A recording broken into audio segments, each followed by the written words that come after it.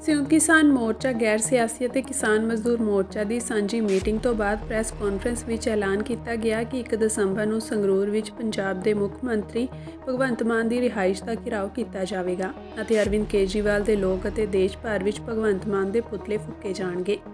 ਕਿਸਾਨ ਆਗੂਆਂ ਨੇ ਕਿਹਾ ਕਿ ਆਮ ਆਦਮੀ ਪਾਰਟੀ ਭਾਜਪਾ ਦੀ ਹੀ ਬੀ ਟੀਮ ਹੈ ਅਤੇ ਭਗਵੰਤ ਮਾਨ ਨੇ ਗ੍ਰਹਿ ਮੰਤਰੀ ਅਮਿਤ ਸ਼ਾਹ ਨਾਲ ਦੋਸਤੀ ਰੱਖਦੇ ਹੋਏ ਕਿਸਾਨ ਆਗੂ ਜਗਜੀਤ ਸਿੰਘ ਡੱਲੇਵਾਲ ਨੂੰ 26 ਨਵੰਬਰ ਨੂੰ ਤੜਕੇ 3 ਵਜੇ ਗ੍ਰਿਫਤਾਰ ਕਰਵਾਇਆ ਹੈ।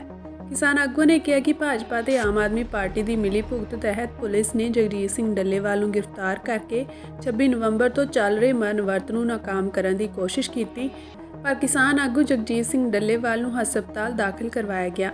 ਕਿਸਾਨਾਂ ਵੱਲੋਂ ਇਹ ਵੀ ਕਿਹਾ ਗਿਆ ਹੈ ਕਿ ਕਿਸਾਨ ਆਗੂ ਸੁਖਜੀਤ ਸਿੰਘ ਹਰਦੋ ਝੰਡੇ ਵੱਲੋਂ ਖਨੌਰੀ ਸਰਹੱਦ ਤੇ ਮਰਨ ਵਰਤ ਸ਼ੁਰੂ ਕਰਕੇ ਭਾਜਪਾ ਤੇ ਆਮ ਆਦਮੀ ਪਾਰਟੀ ਨੂੰ ਵੱਡਾ ਥੱਪੜ ਦਿੱਤਾ ਗਿਆ ਹੈ।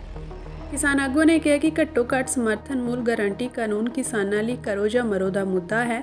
ਉਨ੍ਹਾਂ ਕਿਹਾ ਕਿ ਕਿਸਾਨ ਆਗੂਆਂ ਜਗਜੀਤ ਸਿੰਘ ਡੱਲੇਵਾਲ ਅਤੇ ਸੁਖਜੀਤ ਸਿੰਘ ਹਰਦੋ ਝੰਡੇ ਦਾ ਮਰਨ ਵਰਤ ਉਹਨਾਂ ਦੀਆਂ ਮੰਗਾਂ ਪੂਰੀਆਂ ਹੋਣ ਤੱਕ ਜਾਰੀ ਰਹੇਗਾ। ਕਿਸਾਨ ਆਗੂ ਤੇ ਸਾਬਕਾ ਫੌਜੀ ਸੁਖਜੀਤ ਸਿੰਘ ਹਰਦੋ ਝੰਡੇ ਨੇ ਕਿਹਾ ਕਿ ਮੈਨੂੰ ਫੌਜ ਵਿੱਚ ਨੌਕਰੀ ਕਰਦਿਆਂ ਦੇਸ਼ ਅਤੇ ਸਮਾਜ ਲਈ ਕੁਰਬਾਨੀ ਦੇਣ ਦਾ ਮੌਕਾ ਨਹੀਂ ਮਿਲਿਆ, ਪਰ ਹੁਣ ਇਸ ਵਿੱਚ ਮਰਨ ਵਰਤ ਰੱਖ ਕੇ ਦੇਸ਼ ਦੇ ਕਿਸਾਨਾਂ ਲਈ ਕੁਰਬਾਨੀ ਕਰਨ ਦਾ ਮੌਕਾ ਮਿਲਿਆ ਹੈ। ਉਹ ਆਪਣੇ ਆਖਰੀ ਸਾਹ ਤੱਕ ਲੜਦੇ ਰਹਿਣਗੇ।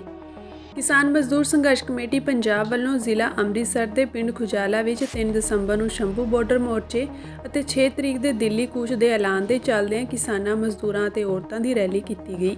ਇਸ ਮੌਕੇ ਸੂਬਾ ਆਗੂ ਸਰਵਣ ਸਿੰਘ ਪੰਧੇਰ ਅਤੇ ਹਰਵਿੰਦਰ ਸਿੰਘ ਮਸਾਣੀਆਂ ਨੇ ਸੰਬੋਧਨ ਕਰਦਿਆਂ ਕਿਹਾ ਕਿ ਕੇਂਦਰ ਅਤੇ ਪੰਜਾਬ ਸਰਕਾਰ ਮਿਲ ਕੇ ਕਿਸਾਨ ਮਜ਼ਦੂਰ ਅੰਦੋਲਨ ਦੀਆਂ ਮੰਨੀਆਂ ਹੋਈਆਂ ਮੰਗਾਂ ਤੋਂ ਲੋਕਾਂ ਦਾ ਧਿਆਨ ਭਟਕਾਉਣ ਲਈ ਸਭ ਹੱਥਕੰਡੇ ਵਰਤ ਰਹੀਆਂ ਹਨ। ਉਨ੍ਹਾਂ ਕਿਹਾ ਕਿ ਅੱਜ ਦੇ ਇਕੱਠ ਨੇ ਸਾਬਿਤ ਕਰ ਦਿੱਤਾ ਹੈ ਕਿ ਦੇਸ਼ ਦੇ ਲੋਕ ਅੰਦੋਲਨ ਦੀਆਂ ਮੰਗਾਂ ਨਾਲ ਦਿਲੋਂ ਜੁੜੇ ਹੋਏ ਹਨ ਅਤੇ ਇਸ ਤਰ੍ਹਾਂ ਮੋਰਚੇ ਦੇ ਲੀਡਰਾਂ ਨੂੰ ਗ੍ਰਿਫਤਾਰ ਕਰਨ ਨਾਲ ਲੋਕਾਂ ਦੇ ਹੌਸਲੇ ਨਹੀਂ ਟੁੱਟਣਗੇ, ਸਗੋਂ ਇਹ ਹੋਰ ਵੀ ਬੁਲੰਦ ਹੋਣਗੇ।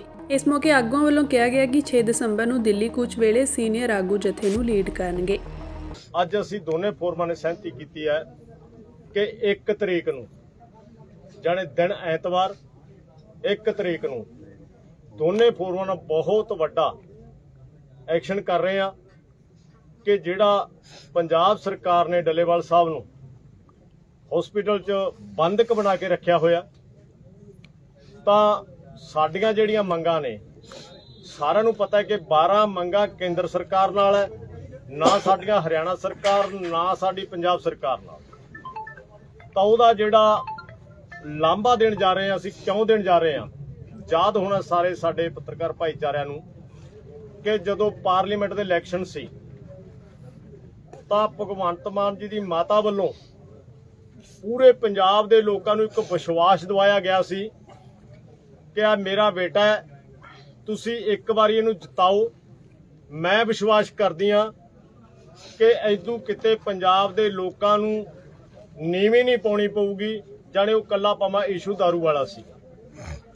ਪਰ ਅਸੀਂ ਜਿਹੜਾ ਲੋਕਾਂ ਦੇ ਵਿੱਚ ਚਰਚਾ ਸੀ ਉਹ ਸਾਬਤ ਕਰਤੀ ਕਿ ਬੀਜੇਪੀ ਦੀ ਬੀ ਟੀਮ ਉਹ ਕਿਵੇਂ ਸਾਬਤ ਹੁੰਦੀ ਹੈ।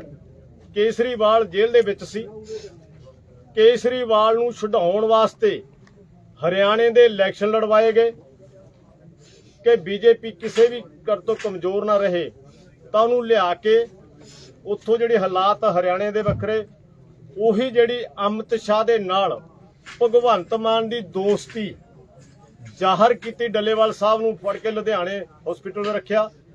ਤਾਂ ਅਸੀਂ 1 ਤਰੀਕ ਨੂੰ ਦਿਨ ਐਤਵਾਰ ਨੂੰ ਮੁੱਖ ਮੰਤਰੀ ਕੋਠੀ ਦਾ ਘਿਰਾਓ ਕਰਾਂਗੇ ਸੰਗਰੂਰ ਦੇ ਵਿੱਚ 1 ਦਿਨ ਲਈ, ਸਿਰਫ ਲਾਂਭਾ ਦੇਣ ਲਈ। ਬਾਕੀ ਜਿਹੜਾ ਸਾਡਾ ਧਿਆਨ ਮੋਰਚੇ ਦਾ ਜਿਹੜਾ ਦਿੱਲੀ ਸਰਕਾਰ ਨਾਲ ਸਾਡੀਆਂ ਮੰਗਾਂ ਨੇ, ਦਿੱਲੀ ਵੱਲ ਸਾਡਾ ਧਿਆਨ ਹੈ। ਸਿਰਫ 1 ਦਿਨ ਲਈ ਅਸੀਂ ਸੰਗਰੂਰ ਦੇ ਵਿੱਚ ਜੋ ਭਗਵੰਤ ਮਾਨ ਪੰਜਾਬ ਦੇ ਮੁੱਖ ਮੰਤਰੀ ਦੀ ਰਿਹਾਇਸ਼ ਹੈ ਉਸ ਕੋਠੀ ਦਾ ਘਿਰਾਓ ਵੀ ਕਰਾਂਗੇ। ਉਹ ਸਾਡੀ ਮਾਤਾ ਨੂੰ ਲਾਂਭਾ ਵੀ ਦੇਵਾਂਗੇ ਕਿ ਵਾਰ-ਵਾਰ ਤੁਸੀਂ ਪੁੱਤ ਦਾ ਕਿੰਨਾ ਕੁ ਵਿਸ਼ਵਾਸ ਲੋਕਾਂ ਨੂੰ ਦਿਵਾਓਗੇ।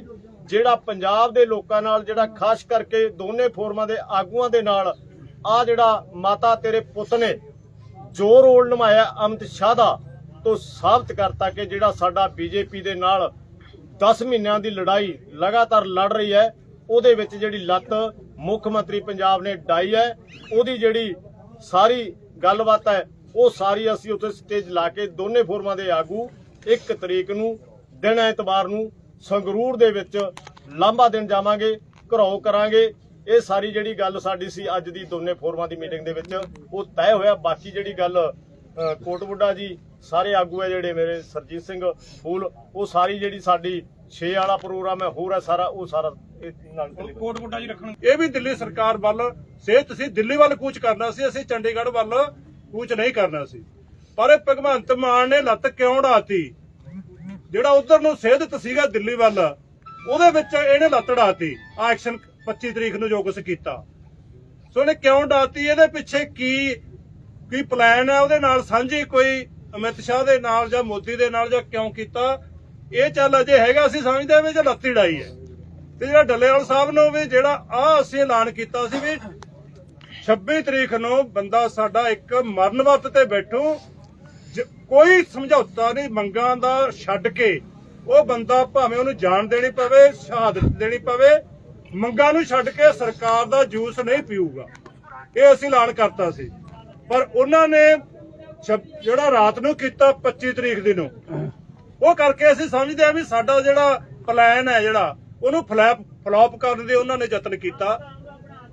ਉਹ ਅਸੀਂ 12 ਵਜੇ ਜਿਹੜਾ ਤੈਅ ਕੀਤਾ ਸੀ ਉਹ ਫਲॉप ਨਹੀਂ ਹੋਣ ਦਿੱਤਾ। 12 ਵਜੇ ਜਿਹੜਾ ਦੂਜਾ ਆਗੂ ਹੈ ਸੁਖਜੀਤ ਸਿੰਘ, ਉਹਨੂੰ ਅਸੀਂ ਉਹ ਦਿੱਲੀ ਵਾਲੀਆਂ ਮੰਗਾਂ ਤੇ ਸਿਹਦਤ ਕਰਕੇ ਜਿਹੜਾ ਸਾਡਾ ਤੈਅ ਹੋਇਆ ਸੀ ਉਹਨੂੰ ਅਸੀਂ ਲਾਗੂ ਕਰਤਾ।